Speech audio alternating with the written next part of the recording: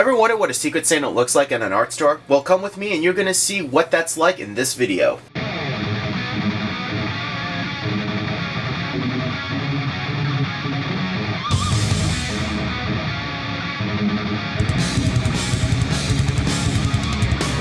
What's up guys, I'm J-Rod of BLACKEST, new channel. Welcome. We craft amazing comic book style illustrations with a variety of different mediums. And today's a special video as we are doing a Secret Santa at the art store that I work at. And of course, I got my man Takeo and I need to do something special for him. So I thought I would draw one of his favorite fictional characters of all time, Vegeta from Dragon Ball Z, but in my style. So I guess we could change the slogan from drawing amazing comic book style illustrations to drawing amazing manga style illustrations. I have a really fun plan, so let's go ahead and dive in by doing our pencils.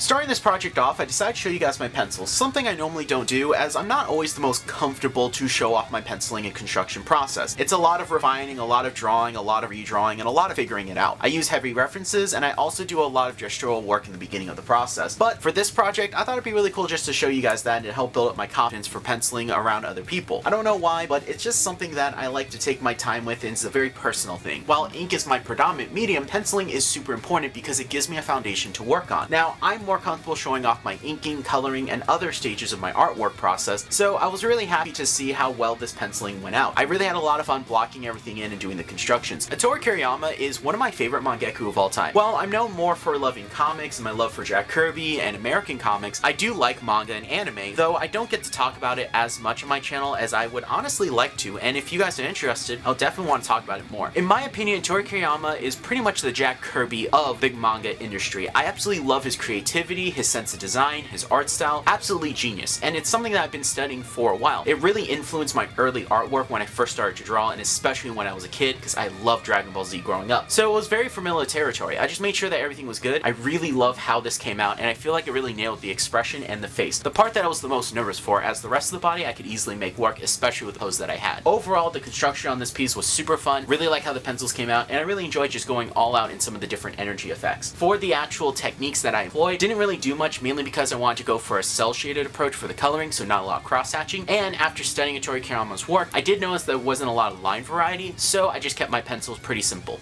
And our pencils are done. As you can tell, we did quite a few different pages in that time lapse, and that's because we're going to go in and actually do a 3D image. So we're going to be cutting out the different assets on all of our pages and then gluing them onto this one after we do all of our coloring and our background. Really excited about what we have here, so let's go ahead and get into the inking part of the time lapse.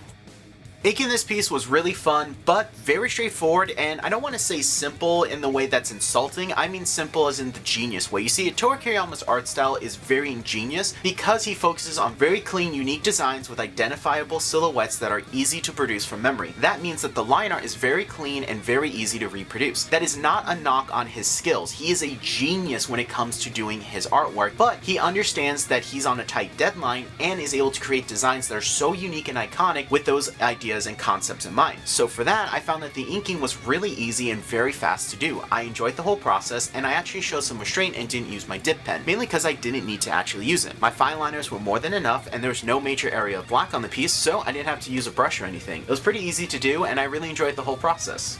Inks are done, and I love how they look. So we got something really fun, super nice. Now we gotta go into the coloring phase. We can start cutting things out, making this piece come alive, but we gotta add some color to this.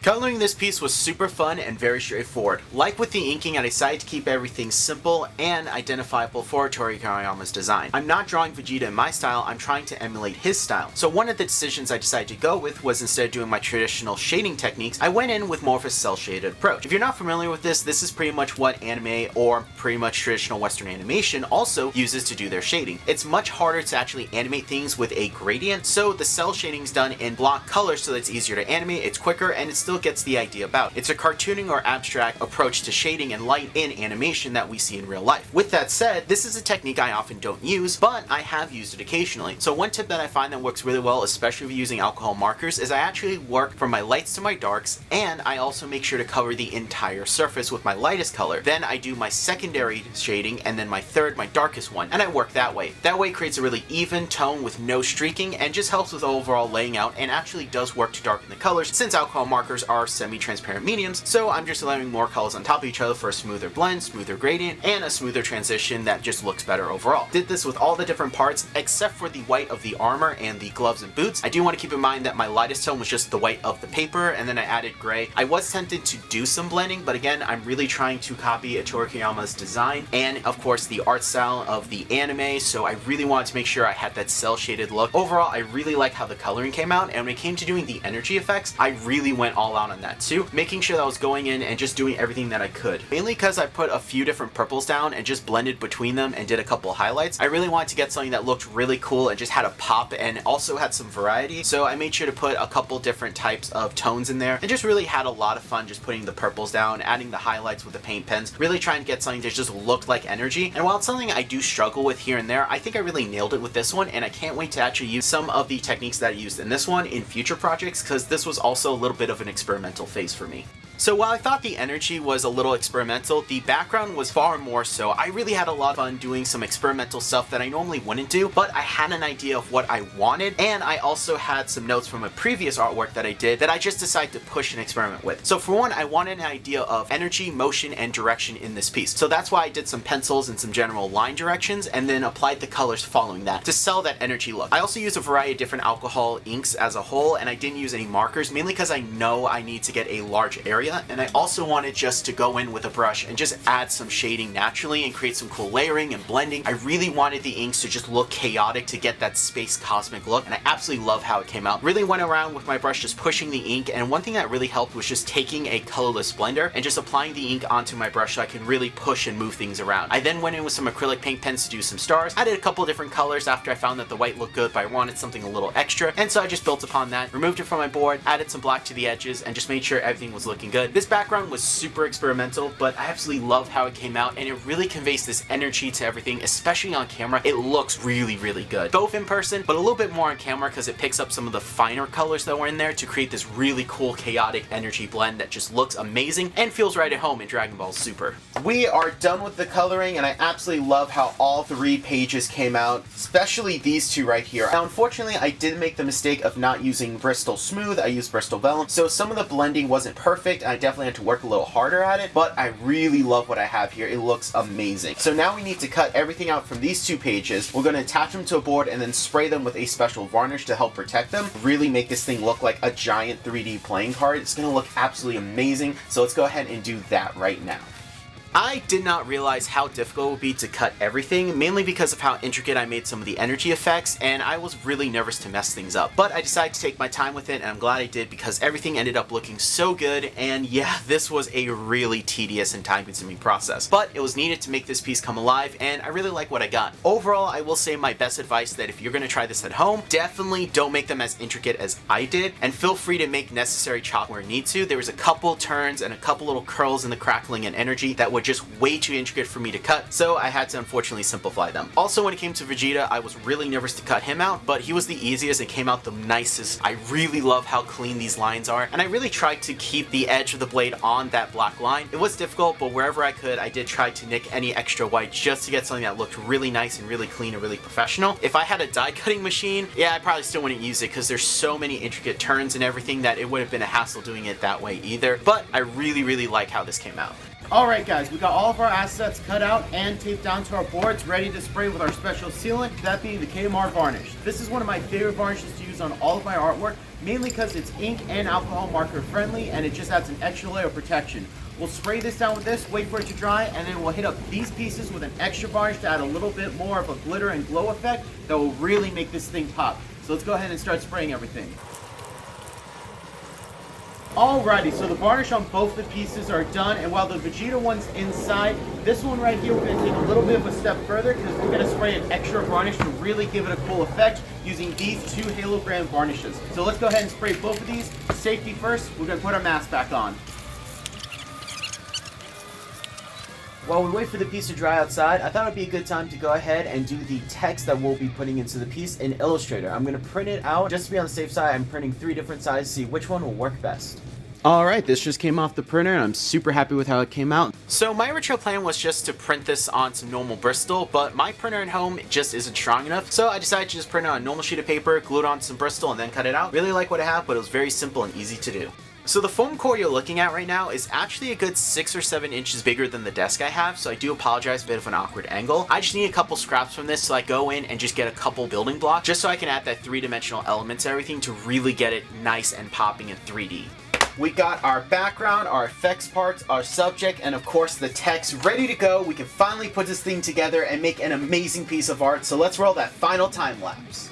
Assembling this project was definitely a challenge, but a fun one. I really enjoyed the entire process, and I used a few different techniques to really bring it all together. For one, I like to use double-sided, acid-free mounting film to apply my different artwork to different boards and use as a mount, mainly because it's permanent, sturdy, and because it's acid-free, it won't damage the piece over time. So I use that to apply my background to a sheet of cardboard so I could have a nice sturdy foundation to work off of. Now, I cut quite a few different sizes of foams for this project to apply everything, but I found that my hot glue gun was actually better to use than my original idea of using a glue stick, mainly because the glue stick was really good for really large pieces like Vegeta and the text, but when it came to actually doing the smaller pieces, the hot glue gun was just much better because it applied a much more solid and faster drying solution than the glue stick as a whole. I also made sure to use glue sticks in my hot glue gun that were acid free so that this wouldn't get damaged over time, and the main challenge was actually just cutting the foam core small enough to be hidden under the energy effects and to line everything up where you couldn't see them. It was a super fun project, and I'm really glad I did a test layout of everything to make sure that I had a really good solid vision in mind to work off of. I did go off script from that original design a little bit, but I think it was for the best to make it look just more energy and just have a better flow for everything. I absolutely love how it came out, and this thing looks absolutely amazing. So let's go ahead and take a look at this thing in all its finished glory.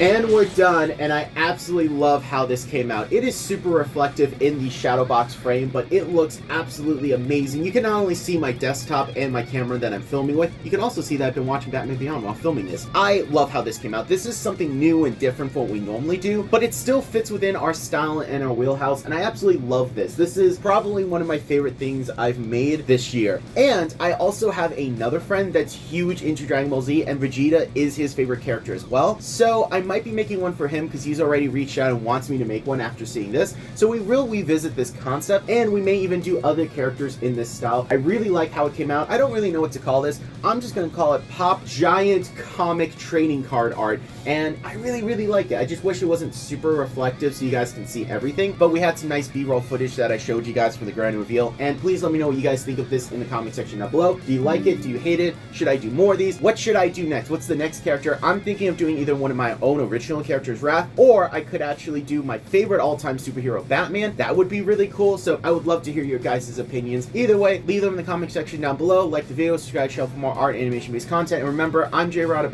BLACKEST. I draw power my own soul, and I thank you all so much for watching.